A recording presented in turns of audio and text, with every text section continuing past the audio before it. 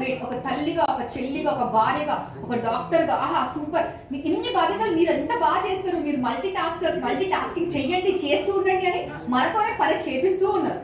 అవునా? మనం ఇప్పుడు ఏం చేయాలి అంటే, we don't want to be special. మాకు ప్రత్యేక హోదాలు వద్దు, మాకు ప్రత్యేక హక్కులు వద్దు, మాకు మానవ హక్కులు కావాలి. అది ఎప్పుడు సాధ్యపడుతుంది?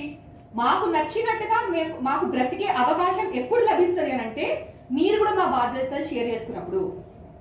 తల్లిని ఎవరు రీప్లేస్ చేయలేరు, లేకపోతే ఇంకేదో ఎవరు రీప్లేస్ చేయలేరు కాదు, ఇంట్లో రెస్పాన్సిబిలిటీస్ కూడా మీరు షేర్ చేసుకుంటే అప్పుడు ఖచ్చితంగా మాకు నచ్చినట్టుగా మేము బ్రతకగలుగుతాం. అప్పుడు మేము ఎంపవర్ అవ్వగలుగుతాం, మేము ఇంకొకరికి ఎంప్లాయ్మెంట్ ఇవ్వగలుగుతాం, మేము ఇంకొకరికి ఎగ్జాంపుల్గా ఉండగలుగుతాం, ఇన్స్పైర్ చేయగలుగుతాం. సో ఆ ఉద్దేశంతో ఇప్పుడు ఆడవాళ్ళు చాలా డెవలప్ అయ్యారండి. ఆడవాళ్ళు అద్భుతంగా రాణిస్తున్నారు, ప్రతి అవకాశం ఉన్న ప్రతి చోట రాణిస్తున్నారు, వాళ్ళని రాణించిన ప్రతి చోట రాణిస్తున్నారు అంతే.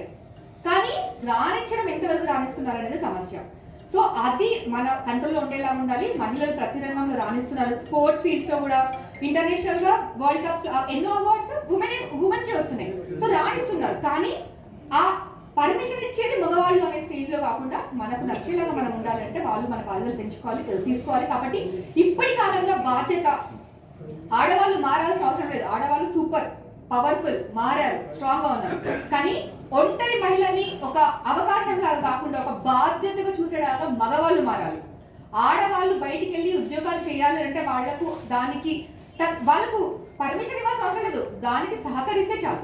అలా మగవాళ్ళు ఆడపిల్లల్ని భయపెడుతూ జాగ్రత్త, బయటికి వెళ్ళకు, దిష్టి తగులుతుంది, ఏదో జరుగుతుంది, ఎవరో ఎత్తుకపోతారు అని చెప్పే కన్నా నీ కొడుకులను జాగ్రత్తగా పెంచు, బాధ్యతగా ఆడవాళ్ళని చూసేలాగా పెంచు. అలా మారాల్సింది మగవాళ్ళని కన్నా తల్లిదండ్రులు. నాకు 2 కొడుకులే అండి.